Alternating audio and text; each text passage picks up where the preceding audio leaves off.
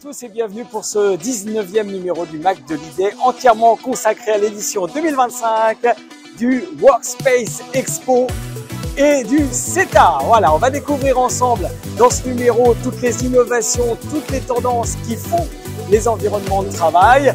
On va découvrir aussi celles et ceux qui ont participé à nos conférences. Un numéro donc très riche. Allez, on se dépêche pour rentrer dans le vif du sujet.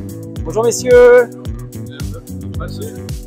Ah, j'ai oublié mon badge. Ah non, madame, oui, c'est bon, allez-y.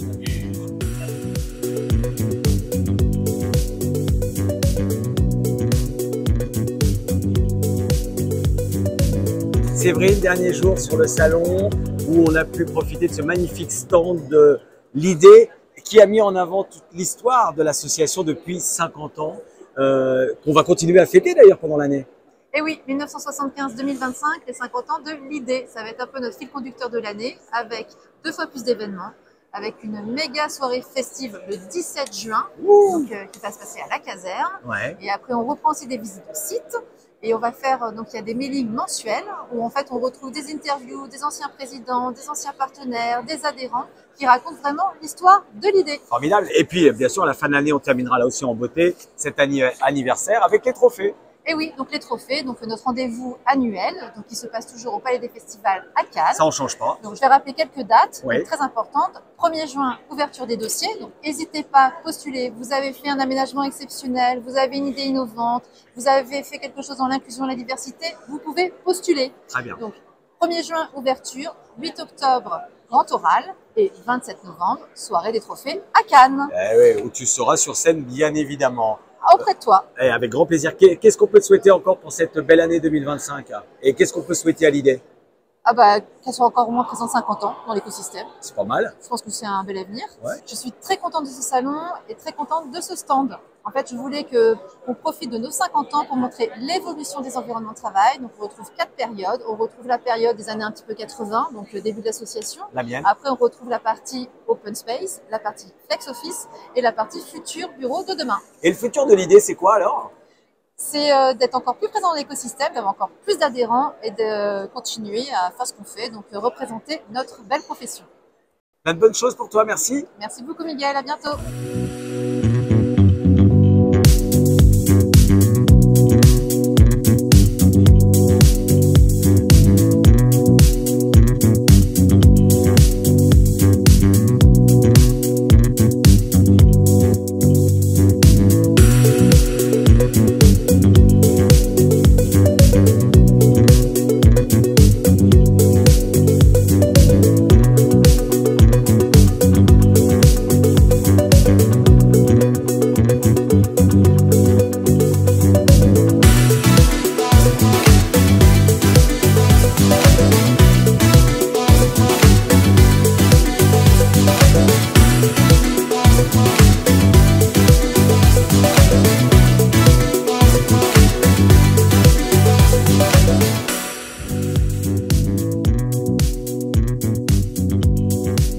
Nous sommes avec Manon Touchard de la rédaction de Workspace Magazine à la fin de ces 3 jours.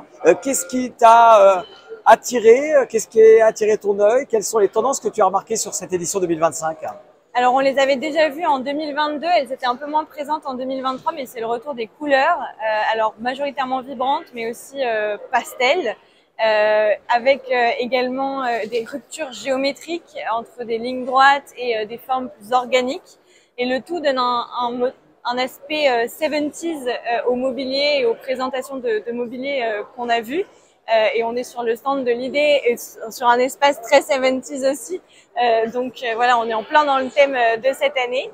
Et en termes de tendances qui continuent depuis plusieurs années à s'approfondir, il y a l'éco-conçu, le recyclé, le surcyclé, avec des tables en plumes, des tables en volets de badminton, plein d'innovations en déchets de bière aussi. Donc il y a énormément de créativité de ce côté-là. Et enfin, toujours l'acoustique, mais cette fois-ci pas dans des espaces clos, des espaces ouverts, semi-ouverts, du mobilier acoustique en dehors des simples panneaux acoustiques, des salons un peu informels, entourés, vraiment confinés comme ça, pour un peu plus de confidentialité. J'ai été, moi, effectivement, très halluciné même par le nombre de cabines pour 2, pour 3, pour 4. La notion de bruit, et on l'aperçoit bien sur le salon, elle est de plus en plus importante, je trouve. Bah, avec des espaces toujours plus ouverts, qu'on veut toujours plus minimalistes, et avec évidemment le flex office qui est de plus en plus adapté par les entreprises. On a besoin de plusieurs typologies de travail, et on a aussi évidemment besoin de confidentialité ou de moments de concentration. Je pense que ce dont les marques se rendent compte, c'est qu'il y a vraiment que la collaboration, c'est super, c'est pour ça qu'on vient au bureau. Mais que les salariés, ils ont aussi besoin de moments un peu plus de calme pour certaines tâches, sans avoir besoin de rentrer chez eux. Pour l'instant, sur le salon, on n'a pas je trouve, on n'a pas encore la présence de l'IA. On n'arrive pas à matérialiser, c'est ce qu'il y a de plus dur à matérialiser. Est-ce que tu penses que, là je parle à Manon Vaillance, hein, Manon Vaillance. La boule de cristal. Exactement. Est-ce que dans ta boule, tu arrives à voir si l'IA sera plus présente l'année prochaine? Il y a quelques espaces IA, on les voit un petit peu, on voit un petit peu l'IA sur l'espace innovation, mais c'est vrai que c'est une tendance qui commence qui est encore assez, qui est dans tous les esprits, mais qui se matérialise pas forcément physiquement. Et nous, on a fait une conférence sur l'IA ce matin qui a attiré énormément de personnes, mais on voyait qu'il y avait encore beaucoup de questionnements, que tout le monde n'était pas forcément au clair, et que tout le monde sait que c'est un sujet duquel il doit s'emparer sans forcément savoir par où commencer, quoi. Et d'ailleurs, c'est les millennials, les lus dans Workplace Magazine, qui sont les plus attentifs à l'utilisation de l'IA par rapport à la Gen Z, qui pour l'instant, bon... Bah, la Gen Z, elle a une vision du monde du travail qui est peut-être un peu plus détachée, ouais. Et du coup, elle l'utilise énormément dans ses usages personnels, mais l'utilise pas encore pour le moment dans un usage professionnel. Et peut-être que c'est aux directions de l'environnement de travail, une direction immobilière, aussi de s'emparer de ces sujets-là pour essayer de maximiser la compétence personnelle de ces générations au travail, au bureau. Côté CETA, qu'est-ce qui t'a interpellé? Bah, côté CETA, le nerf de la guerre en France, la restauration. Des offres toujours plus d'offres de restauration. Je sais, il y a une grande majorité du CETA qui sont sur des innovations food, avec une attention particulière sur la qualité, sur le fait de manger bio, de manger local. On voit qu'il y a là aussi des efforts qui sont faits pour la qualité de la nourriture, faire vraiment du repas quelque chose d'healthy, un moment convivial et un moment qu'on attend tous en tant que Français, évidemment, le déjeuner entre collègues. Merci beaucoup, Manon. Merci à vous.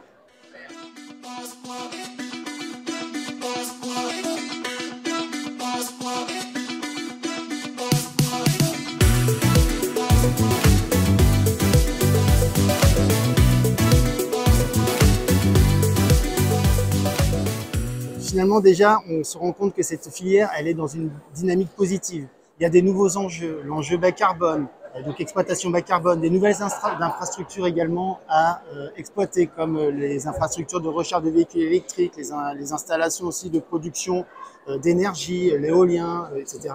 Donc ça, c'est des nouveaux enjeux qui n'existaient pas jusque-là et qu'il va falloir appréhender, et c'est à cette filière de les prendre en charge. Donc c'est une filière qui est en expansion et qui va devoir répondre présente pour ces sujets-là. Dans nos métiers, il y a tous les apports des nouvelles technologies, et tout à l'heure je parlais de croissance exponentielle, on l'a dans tous les domaines.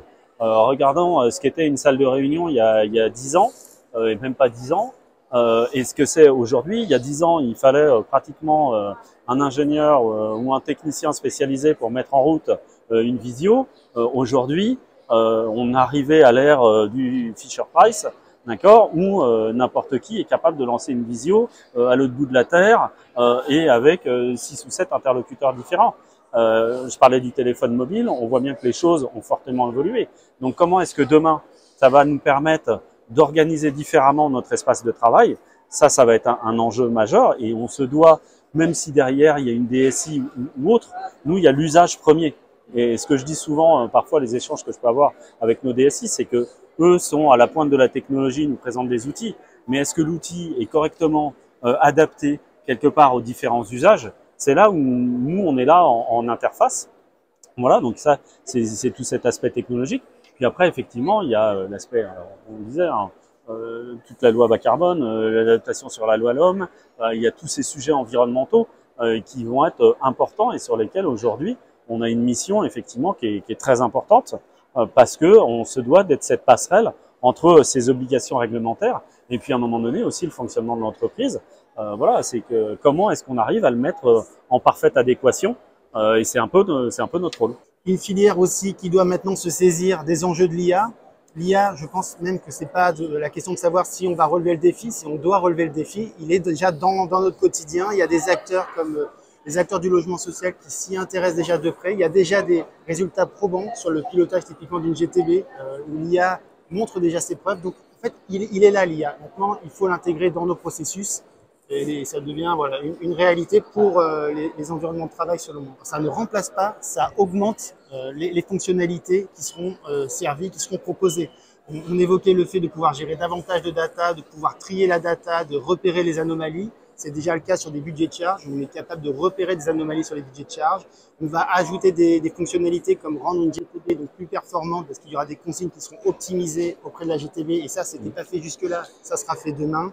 Donc, ce sont donc les agents conversationnels aussi, en interface avec la relation locataire, la relation client, qui vont venir s'ajouter aux opérateurs qui seront aussi en charge de cela, mais ça vient ajouter une dimension complémentaire. Donc ça ne remplace pas, selon moi, ça vient ajouter une nouvelle dimension. L'IA chez nous, elle est émergente dans le sens où d'abord, tout à l'heure je l'ai pas dit, mais comme c'est un phénomène qui est nouveau et on le voit bien avec ChatGPT, on ne sait pas où vont l'ensemble de données. La priorité chez nous pour le groupe, c'était de sécuriser un petit peu tout ça. Et aujourd'hui, on a une IA qui n'est pas propre à nous, mais en tout cas qui s'est appuyée sur un partenaire et qui a permis en tout cas de délimiter un cadre. Aujourd'hui, on n'a pas le droit, nous, d'utiliser ChatGPT sur nos ordinateurs. Donc je pense que la priorité déjà, c'était d'abord de sécuriser ce périmètre, ce qui était important. Et maintenant, on va commencer effectivement à l'intégrer à certaines couches d'usage et dans les logiciels et applicatifs du groupe. Mais c'est vraiment, on est à la période de l'émergence. Maintenant, je suis d'accord avec ce que disait Lionel. Ce qui va être important, c'est comment est-ce qu'on va se l'approprier. Voilà, et puis définir ce cadre d'usage. Parce que même si ça va permettre effectivement de signifier à un moment donné des anomalies sur des consommations ou autres, l'IA, ça reste quelque chose d'assez... alors certes, c'est un système qui apprend au jour le jour, mais c'est un système qui apprend dans une définition et une strate qu'on lui donne. Donc ce qui va être important pour nous aussi, c'est de définir ce cadre qu'on va lui donner et dans lequel on va lui dire, sur ces typologies ou ces problématiques, il va falloir que tu nous interpelles. L'environnement de travail, c'est une mission de nombre. Moi, il m'est arrivé dernièrement de faire des présentations, en tout cas du métier, à des collégiens ou des lycéens. C'est un métier qu'ils ne connaissent absolument pas, malgré les chiffres qui sont révélés par aujourd'hui N Consulting. Quand vous arrivez au collège ou au lycée, qu'est-ce que vous remarquez en premier? Ils vont vous parler du prof, ils vont parler des surveillants, etc. Mais le fait qu'ils vont rentrer dans une salle de classe qui a de la lumière, et qui a un tableau qui est propre, que la salle est propre, les chaises sont rangées, etc.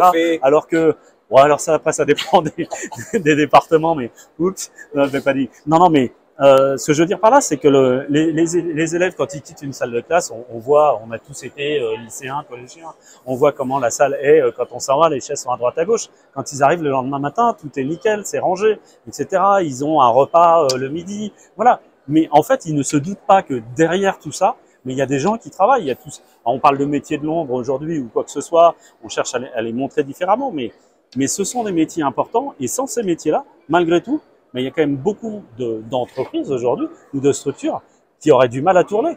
Voilà. Est-ce que les collaborateurs sont réellement conscients de ce qu'il y a derrière tout ça? Le Covid a montré un certain nombre de choses, mais plus sur des aspects retour au travail. Voilà, on vous a mis du gel hydroalcoolique dans les salles de réunion, dans les couloirs. On vous a dit de passer à gauche, à droite, etc. Donc là, il y a eu une certaine visibilité, certes. Mais derrière, est-ce que les gens sont réellement conscients de l'ensemble du spectre de ce que l'on peut gérer aujourd'hui dans une direction de l'environnement de travail? Et je pense que globalement, c'est un peu comme l'usage d'un logiciel Excel ou autre. On sait en utiliser 10%, 15%, pas plus. Donc aujourd'hui, je pense qu'un collaborateur, c'est à peu près peut-être 10% de ce qu'est capable de faire une direction de l'environnement de travail. C'est tout. Voilà, et c'est ça qui est important aujourd'hui. Et elle est peut-être là aussi notre mission, c'est d'être capable aussi de montrer l'ensemble du panel de ce que l'on fait aujourd'hui au sein d'une entreprise. certes auprès de nos dirigeants, mais aussi auprès de nos collaborateurs. Il y a cet enjeu toujours de valoriser, de continuer à valoriser ces métiers qui sont encore pas suffisamment connus, et parce qu'effectivement, ils sont très divers. Parce que là, on évoquait un peu plus tôt, il y a l'exploitation avec toutes les installations, il y a encore une fois les services aux collaborateurs. C'est très large, très divers, et effectivement, je pense qu'ils ne soupçonnent pas la diversité des métiers. Non, c'est clair. Et puis après, suivant les entreprises aujourd'hui, la mission d'un DET, elle peut être complètement différente en fonction de la boîte. On parlait des sujets immobiliers. Il y a des sujets immobiliers qui sont gérés que par une direction immobilière et qui ne sont pas dévolus au DET. Et puis chez d'autres, c'est complètement dans le rôle du DET. Merci messieurs.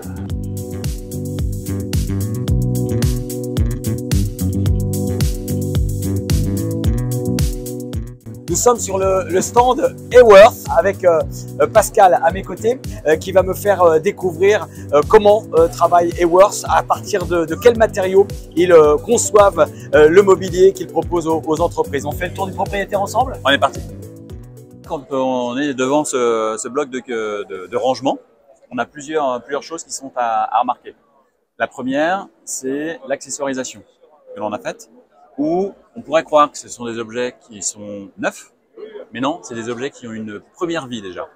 C'est-à-dire nous, ce qu'on a fait avec Label Emmaüs, qui est notre partenaire là-dessus, c'est qu'on a transmis quels étaient les codes du stand en termes de colorimétrie, en termes d'ambiance.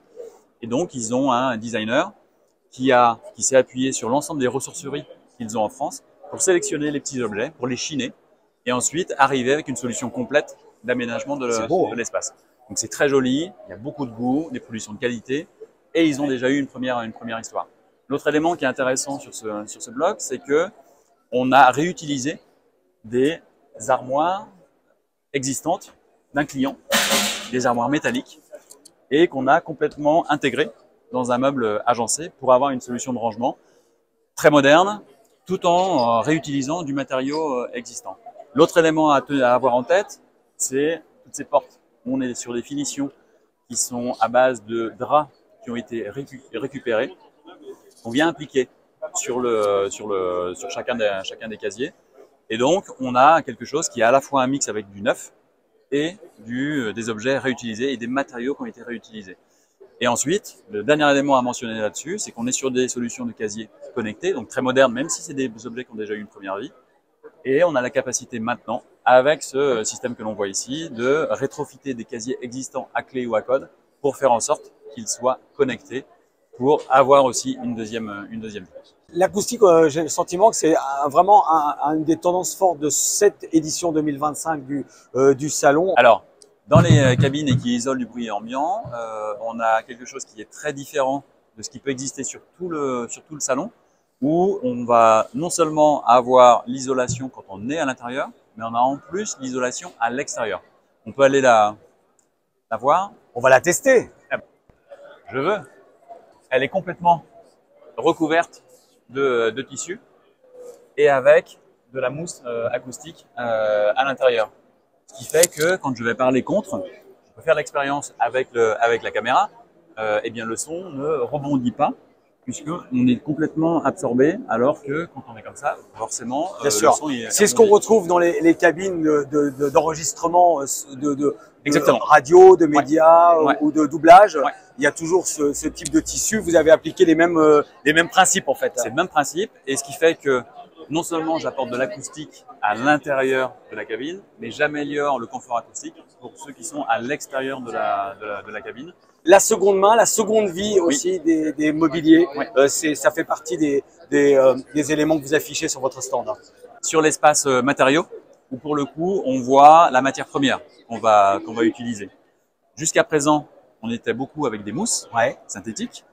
Et donc là maintenant, on utilise des chutes de jeans qu'on va compacter pour avoir au final non pas de la mousse synthétique, mais des chutes de jeans qui vont nous permettre d'avoir un niveau d'absorbant qui est identique à celui que l'on a. Même caractéristique, mais en recyclant. Exactement, c'est ça. Comment vous les récupérez tous ces là par exemple, c'est des morceaux plastiques de bouteilles. Comment ça se passe le modèle économique? Ça se passe comment? Ben là, on a des partenaires qui récupèrent l'ensemble des éléments plastiques qui peuvent être soit dans les océans, soit avec des déchetteries, et qui ensuite voilà, sont broyés en petits éléments. Et ensuite, le procédé nous permettra de faire des fils, comme cela, par exemple. Donc finalement, on arrive à créer du tissu avec du plastique qu'on a récupéré de différents endroits, soit dans les océans, soit sur la Terre. Un autre exemple qui est celui-ci, où là, on est à base de lin, typiquement, et 80% de la production de lin en Europe, elle est fabriquée en Normandie. Peu de gens le savent, mais c'est une réalité. Il y a une filière du lin qui est d'ailleurs en plein essor, notamment aussi en Bretagne. Ils veulent concurrencer la Normandie, j'ai vu. Donc il y en aura et il y en a partout. Et donc avec ça, on peut recréer des revêtements de surface qu'on vient appliquer sur nos mobiliers, ce qui fait que on a voilà, des finitions qui sont elles aussi issues de matières complètement naturelles et évidemment biosourcées de la même manière. Et en plus, on le fait au local puisque le lin, c'est en Normandie. Notre usine, elle se trouve en Vendée. Donc voilà, une solution en plus naturelle et 100% locale. Il vous manque plus que la Bretagne, c'est ce que je dis. C'est ça. C'est un peu chauvin, hein. Non, Mais, bon. mais la Bretagne, moi je suis breton. Donc voilà, je suis un produit breton. Eh ben moi aussi. Je suis pas à vendre. Faites comme si j'étais pas là. Faites comme si j'étais pas là. Continuez. Et moi je vais continuer à parler, mais du coup tu vas plus longtemps. Eh ouais, tiens, on va voir. On Eh fait oui. le test. Puisque là on C'est est du direct, à être dehors. Et tu vois l'espace qui est vraiment bien intégré. Et je pense que tu n'entends rien. Et moi je n'entends rien de ce qui se passe à l'intérieur. Vous faisiez semblant de parler.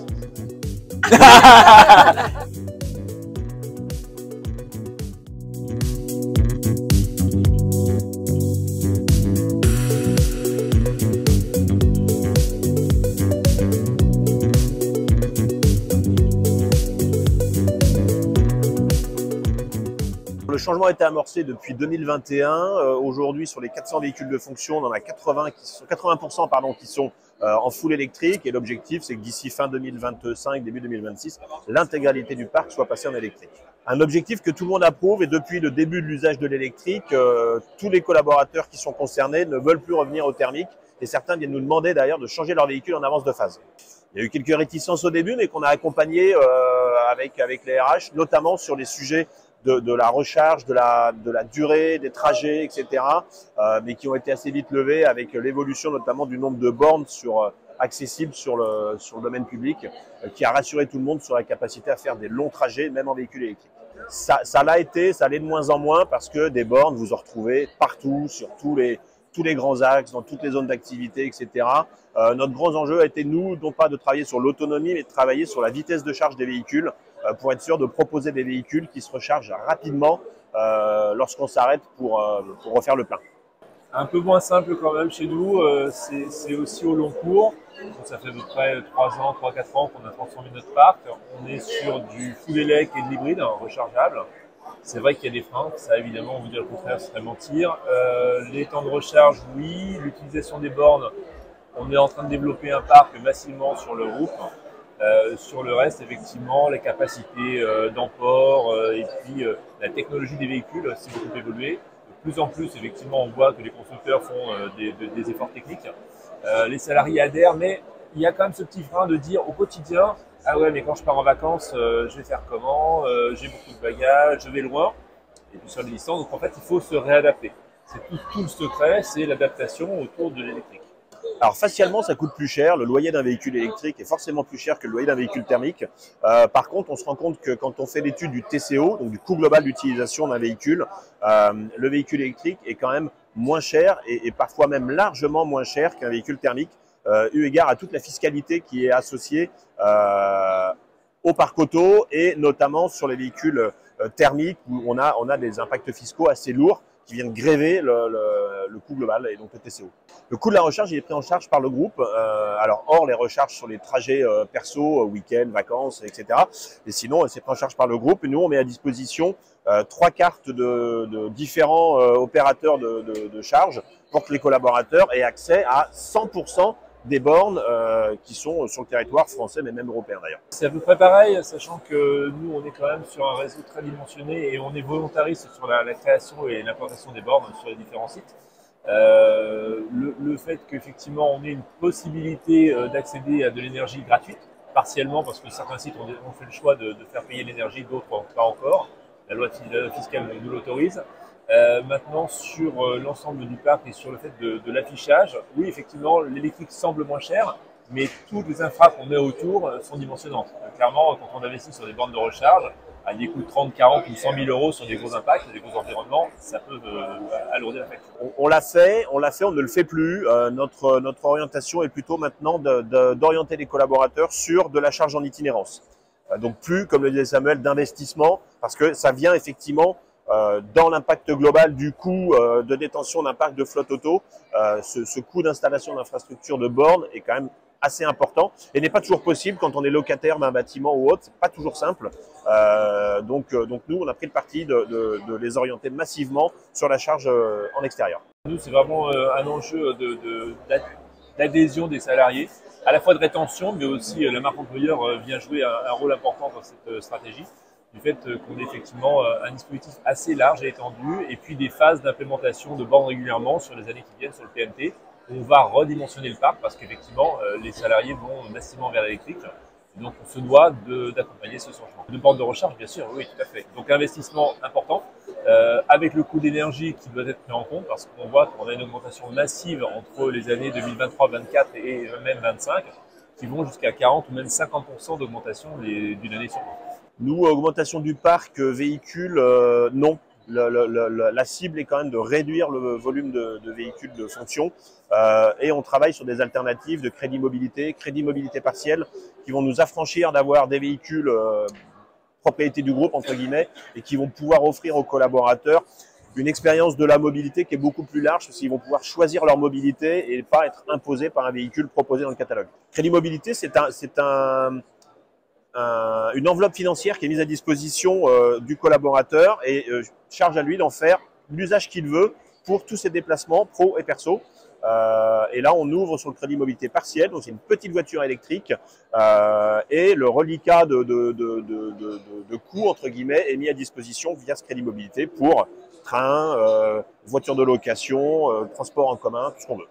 Ça, je dirais, c'est un choix personnel du salarié selon les catalogues et les gammes qu'on a à disposition. On voit que tous les catalogues évoluent tous les ans et malheureusement de plus en plus fréquemment à cause des taxes, à cause de la fiscalité, à cause de la volonté aussi de faire évoluer le TCO avec les besoins des utilisateurs. Après, nous, on ne va pas chercher à savoir si le collaborateur il est en monoparental ou en famille multiple recomposée avec le chien, la grand-mère, les frères et sœurs à côté. C'est pas notre sujet. Nous, aujourd'hui, on est là pour apporter un service et faire en sorte que dans le package global d'avantages, on parle d'avantages de nature, le véhicule soit un élément décisionnel. Même chose chez nous, mais on essaye quand même de venir les challenger sur leurs besoins parce que la question du gros véhicule pour un usage individuel, elle nous chagrine un peu. D'où le fait de proposer des solutions alternatives avec un petit véhicule et la possibilité pour le collaborateur d'avoir un recours à son besoin, vacances, week-end ou autre, en fonction d'un usage très précis. Merci messieurs, bonne route. Merci, à bientôt.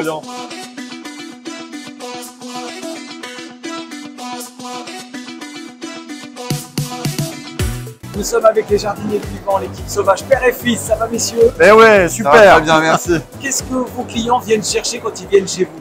Ils viennent chercher l'expérience parce que ça fait quand même 35 ans qu'on existe. Ils viennent chercher le vivant. Ils viennent chercher aussi une entreprise RSE qui sait écouter les gens, qui apporte du bien-être dans l'entreprise. Voilà. Ils viennent chercher du service. Toute l'équipe qui est au service de nos clients. Voilà. Et est-ce qu'il y a de plus en plus de plantes dans les entreprises? Eh bien oui, parce qu'il faut faire revenir les salariés au travail après la période de télétravail. Et donc, ça permet d'avoir des locaux un peu comme chez soi avec les plantes.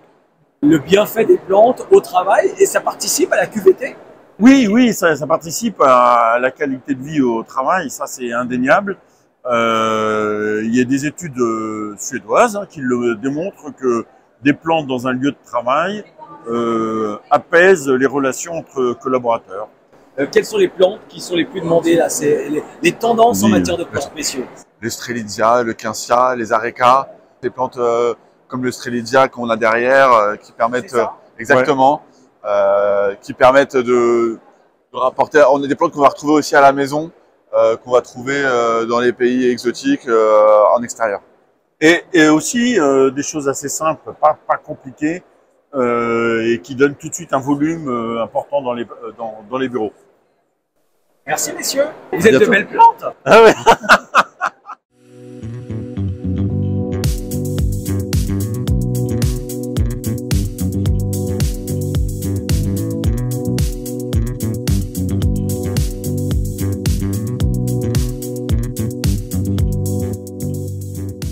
Philippe, comment aller plus loin et comment encourager, favoriser le recours au travail en journée et ou en continu dans les services de propreté? Alors déjà, comment aller plus loin? Je vais y répondre après. Je vais commencer plutôt par le début parce que c'est aussi remercier en tout cas l'IDE, notamment l'IDE et le CNA aussi, je l'oublie pas. Voilà, avec la charte que l'on a signée depuis 2021 et que l'on a re-signée en 2024. Voilà, c'est une démarche extrêmement importante d'avoir des directeurs des environnements de travail notamment qui s'engagent aussi dans cette démarche, voilà, et de promotion entre guillemets à la fois en interne chez eux et pour nos entreprises et nos salariés sur cette démarche de travail valorisante d'ailleurs, de travail en journée en continu. Et puis ensuite, comment aller plus loin? La question ou la réponse appartient en grande partie aux politiques, puisque toute la démarche que l'on a, plutôt proactive, c'est de dire l'État doit être exemplaire. Donc l'acheteur public, voilà, doit lui aussi être exemplaire. Et d'ailleurs, c'est une bonne question, merci bien, parce qu'à l'instant où je vous parle, il y a une question au gouvernement qui vient d'être posée il y a quelques minutes, voilà, sur la promotion du travail en journée en continu pour les agents de services, de propreté, notamment à travers nos entreprises. Voilà, et un projet de loi à venir certainement dès le mois de juin. Donc c'est une démarche que l'on a, proactive. Il faut absolument que les politiques, le gouvernement, l'acheteur public, donc, donnent le là, de manière à ce qu'ensuite les directeurs d'environnement de travail puissent s'emparer, eux aussi en tout cas, voilà, de cette problématique, une problématique sociale, sociétale. J'ai pour habitude de dire que il n'y a pas de valeur ajoutée pour l'entreprise, valeur ajoutée économique, mais on est bien sur une démarche d'amélioration des conditions de travail des salariés, mais surtout une amélioration servicielle de la part de nos entreprises de propreté à l'égard de l'utilisateur final. Ça veut dire quoi? C'est win-win? Ça veut dire c'est win-win. Alors je dirais plus c'est win-win-win. Pourquoi? Parce que c'est une tierce partie. Il y a bien entendu l'entreprise cliente, voilà, il y a l'entreprise de propreté et surtout il y a le salarié. Parce que les freins, ils existent entre guillemets un peu partout. Culturellement d'abord dans les pays d'Europe du Sud, mais aussi chez les directeurs d'environnement de travail. Il faut réussir à convaincre, voilà, du bienfait et de l'utilisation optimisée en tout cas de ces services. Et puis il faut aussi convaincre l'entreprise de propreté d'aller dans cette démarche. Et puis il faut surtout convaincre le salarié de changer aussi ses habitudes de manière à pouvoir lui offrir plus de facilité, des améliorations de ses conditions de travail, notamment à travers les déplacements. Quels sont les blocages qui subsistent alors? Je dirais le principal, je viens de le dire, on va pas se le cacher, c'est culturel. Il est culturel. Voilà, mais c'est pas le seul. Après, je le dis aussi, il faut que l'on réussisse à faire passer encore mieux le message, voilà, aux entreprises clientes et aux entreprises de propreté. Ça, c'est mon job. Et aux entreprises clientes, qu'en fait, elles ont vraiment à y gagner. On le disait à l'instant, c'est win-win-win. Ouais. Les vertus, on les connaît, elles sont nombreuses et c'est au premier chef, je pense, au personnel. Les prestataires, le personnel de propreté, les enjeux sont sociaux, sociétaux et environnementaux. Oui. Et environnementaux parce que la profession, c'est 600 000 salariés qui aujourd'hui ont des plages horaires tôt le matin, tard le soir. Je schématise, mais c'est la dure réalité du. Ça veut dire que nos salariés aujourd'hui font entre 4 et 5 déplacements par jour. Voilà. Alors dans les grandes métropoles, ça pose moins de problèmes en termes d'environnement et d'impact carbone, puisqu'il y a les transports en commun, mais n'oublions pas les régions, la province, où nos salariés sont amenés à prendre leur véhicule. Donc là aussi, y compris d'ailleurs pour les clients, et surtout pour les clients, il y a un impact environnemental qui est moindre et donc une RSE qui est bonifiée. Et on parle beaucoup dans les environnements de travail d'équilibre entre vie pro et vie perso. S'il y a bien un métier qui est concerné par cette donnée, c'est bien celui-ci. Bien sûr, enfin, je vais pas caricaturer, mais la femme qui est obligée de se lever à 4h30 le matin pour prendre son service à 6h et qui a des enfants et qui doit revenir, voilà, c'est une véritable problématique pour nous, pour elle d'ailleurs. Est-ce qu'on peut être optimiste? Oui, bien sûr, il faut être optimiste.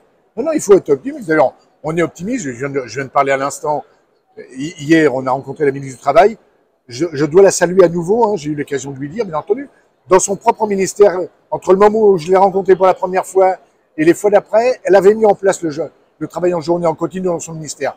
Et je rajouterai quand même une dernière statistique, 89% des clients qui sont passés au travail en journée en continu n'ont pas l'intention d'y revenir. Et quand je dis des clients, je mets dedans bien évidemment l'utilisateur final. Merci Philippe. Mais de rien. Séverine, comment aller plus loin pour favoriser le travail en journée et ou en continu dans les services de propreté? Alors, je pense que faciliter le travail en journée, c'est avant tout accompagner les usagers, les utilisateurs, c'est-à-dire toutes les personnes qui sont présentes dans le bâtiment à cette transformation. Donc ça veut dire expliquer les raisons. On veut tous des entreprises socialement responsables. Eh bien, le travail en journée fait partie de cette responsabilité et de cette prise de conscience. Il faut accompagner la transformation, il faut que le sujet soit pris non pas uniquement par la direction de l'environnement de travail ni par la direction des achats, mais par l'ensemble de l'entreprise et que ça soit un phénomène fédérateur de l'évolution de l'entreprise. Vous l'avez mis en place dans la région Île-de-France. Quels enseignements vous en tirez et quelles vertus vous avez pu constater? Les enseignements qu'on a pu tirer de la mise en place du travail en journée, c'est d'abord de voir l'entreprise, de voir les collaborateurs de l'entreprise prestataire. C'est de transformer cette action en un service et pas juste un simple nettoyage des locaux, mais ce sont des gens qui sont partie prenante de la bonne utilisation du bâtiment et du bien-être au travail. Je pense que pour le prestataire, ça permet de fidéliser les collaborateurs. Ça, c'est important. On sait que ce sont des métiers où il y a quand même beaucoup de turnover et la qualité de la prestation, elle dépend quand même des personnes qui la font. C'est un métier qui est essentiellement humain. Il y a besoin d'avoir effectivement des collaborateurs dans ces sociétés d'entretien des locaux, de prestation de services, des collaborateurs fidèles. Et une façon de les fidéliser, c'est de leur apporter une séquence de travail plus importante et qui leur permette de vivre correctement. De la même façon, quand on arrive un peu plus tard au travail et qu'on a une prestation, enfin un temps de travail qui dure toute la journée, c'est quand même plus intéressant que de faire 3 heures le matin, 2 heures l'après-midi et éventuellement de changer de client entre-temps dans la journée. Pour le client, c'est de répondre à des enjeux sociétaux déjà. C'est également une prestation qui normalement coûte un peu moins cher, même si c'est pas la première motivation, mais ça fait partie quand même des leviers pour faire évoluer les organisations. Et puis, c'est d'apporter un service beaucoup plus rapide, puisque quand on est en coactivité, l'exemple qu'on donnait, une tasse de café qui se renverse, on peut tout de suite demander à la personne de venir nettoyer.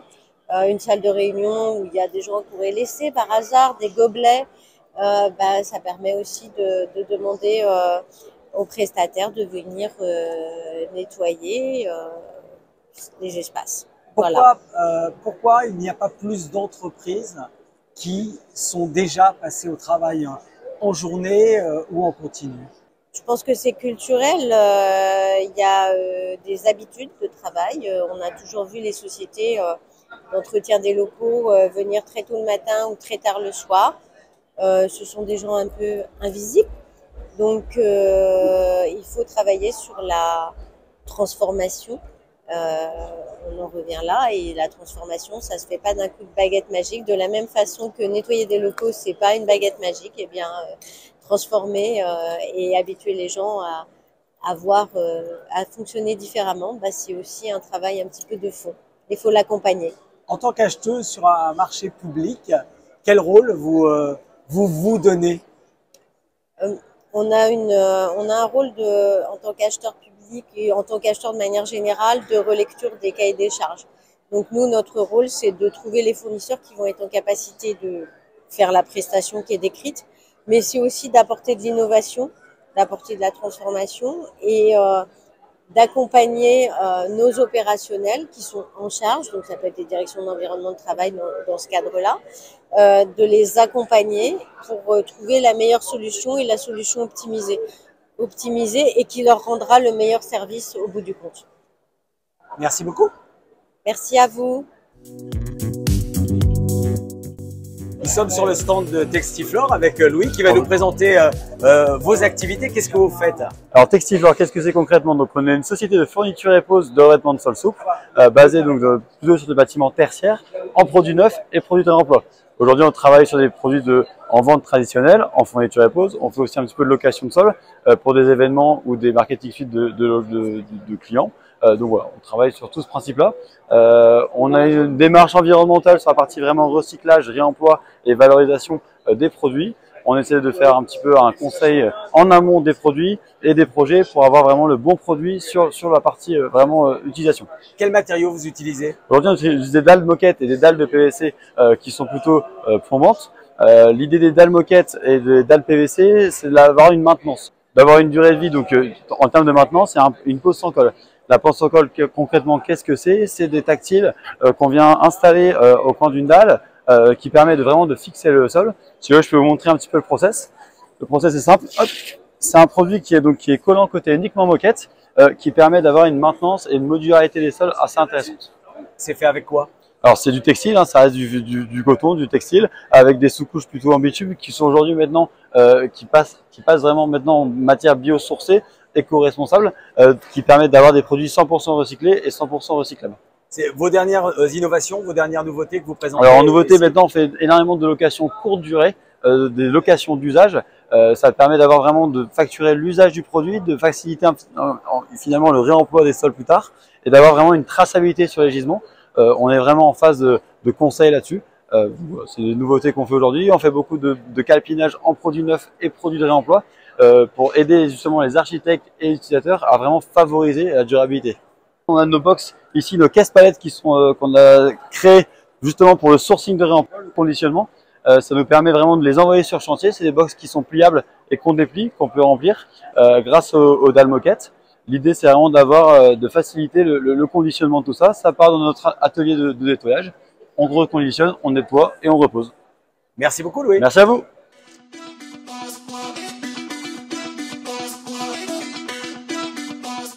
Églantine, bonjour. Bonjour, Liette. Ravi de te retrouver. C'est quoi, hormis ces 50 ans à fêter tous ensemble et avec les membres, c'est quoi les prochains défis, les prochaines étapes pour l'idée dans les semaines et mois à venir? Alors, écoute, Miguel, l'objectif, c'est toujours de faire rayonner la filière des environnements de travail et d'apporter aussi plus de contenu à nos membres. Donc, on va produire des livres blancs, les études, toujours les busy ratios qui vont évoluer cette année. C'est-à-dire? Alors, on va avoir des critères qui vont être plus pour que les collectivités territoriales puissent aussi compléter les busy ratios et y participer. Ouais. Les établissements tertiaires également. Et puis toujours en fait pouvoir pallier et en tout cas aider nos membres pour notamment tu vois l'intérêt des busy ratios, c'est de les compléter et de pouvoir après voir comment on se situe par rapport au panel de répondants et pouvoir aller pour un DET défendre son budget, voir comment il se situe par rapport à... Donc toujours plus de contenu. C'était une demande des membres? Ou c'est spontané, c'est vous qui êtes force de proposition là-dessus? Écoute, c'est un peu les deux. Alors, on sait être force de proposition. Surtout, on essaye d'aider nos membres au quotidien et notamment dans les services qu'on peut apporter aux membres. Ce sont des contenus, des fiches pratiques, des études pour aussi voir l'évolution de la filière des environnements de travail. Ça rejoint le nom, hein, inspirer, développer les environnements de travail. On est vraiment en parfaite adéquation avec les enjeux d'une association comme l'idée. Tout à fait. Ça fait. Après, on aura les trophées à Cannes, fin novembre. 6 catégories. On a un jury de choix, mais on garde le suspense. Je ne dirai rien. On ne spoile pas. Restez connectés. Voilà, si vous suivez sur les réseaux. Et surtout, on a l'ouverture des inscriptions le 1er juin. Et écoute, on a déjà plein de dossiers qui vont arriver. Déjà oui. Avant même les inscriptions? Mais oui, beaucoup de prestataires et DET sont au taquet et vont nous envoyer leurs dossiers dès l'ouverture. Bon, à titre personnel, l'année écoulée, c'est 50 ans, et ce qui arrive, ça représente quoi pour toi? Écoute, un beau bilan, ça représente beaucoup de satisfaction. Satisfaction, comme je le disais, avec une équipe qui est vraiment super, une gouvernance qui est très appréciable, très appréciée, qui est vraiment très disponible aussi, qui nous aide et on fait évoluer la filière tout au long de l'année, au quotidien, et c'est un vrai bonheur. Bah, rayonnons ensemble pour 2025, Exactement. 2026 et les années à venir. Ouais, tout à fait. Plein de bonnes choses. Merci Miguel.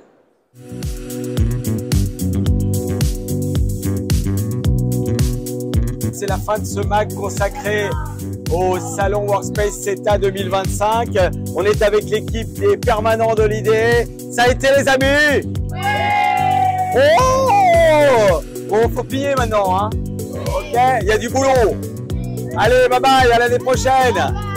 Wouh! Champagne.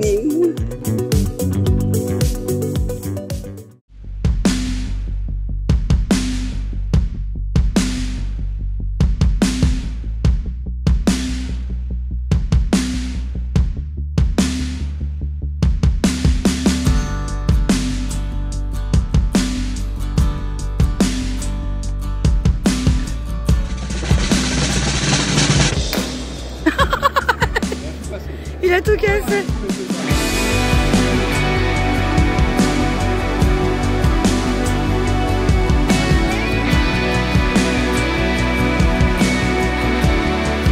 Et ben voilà. Bravo Miguel.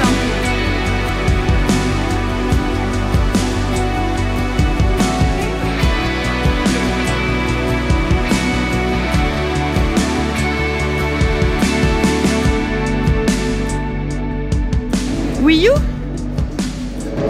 Oui, c'est moi.